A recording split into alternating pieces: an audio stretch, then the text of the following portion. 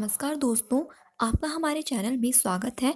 आज की वीडियो में मैं आपको एक आयुर्वेदिक औषधि अमृतधारा के बारे में जानकारी दूंगी। अमृतधारा के बारे में आपने सुना होगा, ये एक हर्बल और एक आयुर्वेदिक औषधि है जो कि बहुत ही कारगर है एज अ फर्स्ट एड और इमरजेंसी ट्रीटमेंट के लिए आप इसका यूज़ कर सकते हो। दोस्तों, वीडियो में मैं आपको बताने वाली हूँ कि किन किन बीमारियों में आप इस दवाई का यूज़ कर सकते हो और कैसे इसका यूज़ करोगे, यानी कि इसकी डोज और क्वांटिटी क्या रहने वाली है। तो चलिए जान लेते हैं इसके uses. As a first aid के लिए आप जैसे कि लूज मोशन अगर आपको हो जाते हैं, किसी को दस्त लग जाए, पेट में अगर दर्द हो रही है, अब्डोमेन पेन है, या फिर वॉमिटिंग हो गई है फूड पॉइजनिंग की वजह से या किसी और वजह से, तो भी इसे यूज़ कर सकते हैं। कई बार क्या होता है कि डायरिया तो होता नहीं है, यानी कि दस्त नहीं होंगे, उल्टियाँ लग जाती है, तो उस कंडीशन में भी एज अ फर्स्ट एड यानी कि इमरजेंसी ट्रीटमेंट, प्राथमिक उपचार जिसे कहते हैं, वो आप इसका यूज़ कर सकते हो। अगर पेट में बहुत दर्द हो रही है, अचानक से अक्यूट एब्डोमेन पेन है, तो भी आप इसका यूज़ कर सकते हो। कई बार क्या होता है, आपने सुना होगा हैजा, जिसे कॉलेरा भी कहते हैं, उस कंडीशन में भी ये बहुत अच्छे से वर्क करती है और उसमें डायरिया जैसी प्रॉब्लम हो जाती है और बहुत ही पतले दस्त लगते हैं, तो तब भी आप इसका यूज़ कर सकते हो। इसके अलावा इसका एक्सटर्नल यूज़ भी होता है, यानी कि बाहरी। ये तो हुआ कि आपको ये सारी प्रॉब्लम थी पेट की, तो आपने इसे पानी में घोल के पी लिया। पीने का तरीका भी मैं बताऊँगी, वीडियो को पूरा देखिएगा। लेकिन एक्सटर्नल यूज़ यानी कि बाहर से अप्लाई भी इसको किया जा सकता है। जैसे कि किसी को सिर में दर्द हो गया, हेडेक हो गई आपको अचानक से, तो आप हल्के-हल्के इसको थोड़ा-सा ले लिया उँगली पे और मसाज कर लिया, और उसके बाद इसको हेड को, अपने माथे को कवर कर लिया। या फिर ब्लॉक नोज़ की प्रॉब्लम होती है, जैसे नाक बंद है, तो भी आप 1 से 2 बूँद अपनी नाक के बाहर लगा सकते हो, अंदर तो नहीं डालना है, वरना ये जलन भी कर सकता है आपकी नाक में अगर अंदर आप डालते हो। इसलिए बाहर से आपको थोड़ा-सा अप्लाई कर लेना है। कई बार चेस्ट ब्लॉक हो जाती है, छाती जाम हो गई, ठीक है? तो भी आप चेस्ट पे इसकी मसाज कर सकते हो। कई बार हमारी बॉडी में क्रैम्प्स हो जाते हैं, जैसे कि टाँगों में कई बार किसी को एक्सरसाइज़ करने के बाद क्रैम्प्स हो जाते हैं, है ना? तो उस कंडीशन में भी आप इसको एक्सटर्नल यूज़ कर सकते हो। थोड़ा-सा लेके इसकी मसाज कर सकते हो।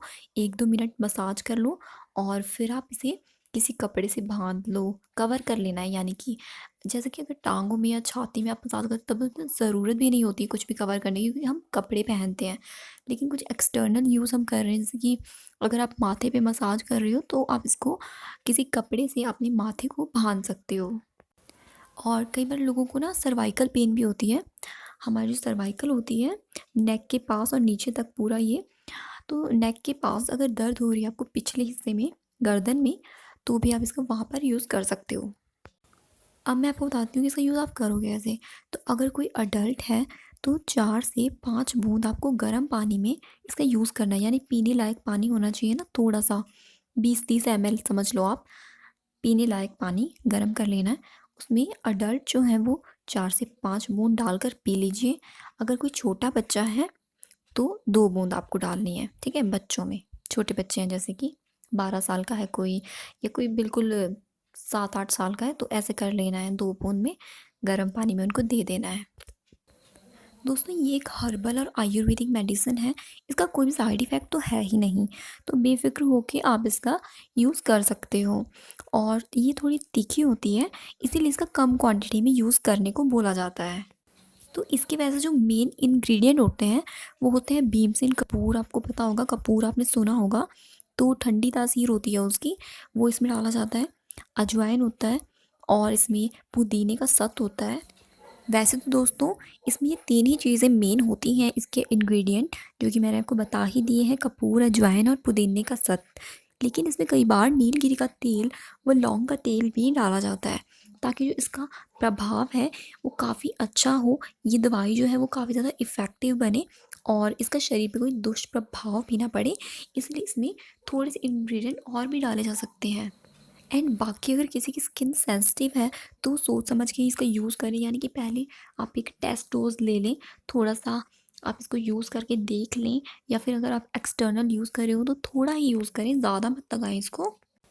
एंड बाकी वैसे तो ये बहुत ही अच्छी दवाई है, बहुत ही पुरानी मेडिसिन है, और ऐसा नहीं है कि ये आयुर्वेदिक है तो ये काम नहीं करेगी या लेट असर करेगी, नहीं, ये अपना वर्क दिखाती है, इफ़ेक्टिव है। आप इसका यूज़ करके देखोगे तो आपको समझ में आएगा। और मुझे तो लगता है कि अपने बैग में ये एक छोटी सी पॉकेट जो होती है, पॉकेट मेडिसिन, रखनी ही चाहिए। बिकॉज़ क्या होता है काफ़ी सारी प्रॉब्लम्स में ये इफ़ेक्टिव है और असर दिखाती है, तो काफ़ी सारी प्रॉब्लम्स में इसको यूज़ किया जाता है। और बहुत सारी तकलीफ़ों में, जैसे कि पेट की तकलीफ़ें हैं आपकी और दर्द वग़ैरह है कहीं शरीर में, तो ये काफ़ी अच्छे से अपना काम करती है। और सबसे बड़ी बात तो ये है कि कोई भी इसका साइड इफ़ेक्ट नहीं है। दोस्तों, ये थी कुछ जानकारी अमृतधारा के बारे में। अगर आपको हमारी वीडियो पसंद आए तो वीडियो को लाइक करके जाइए।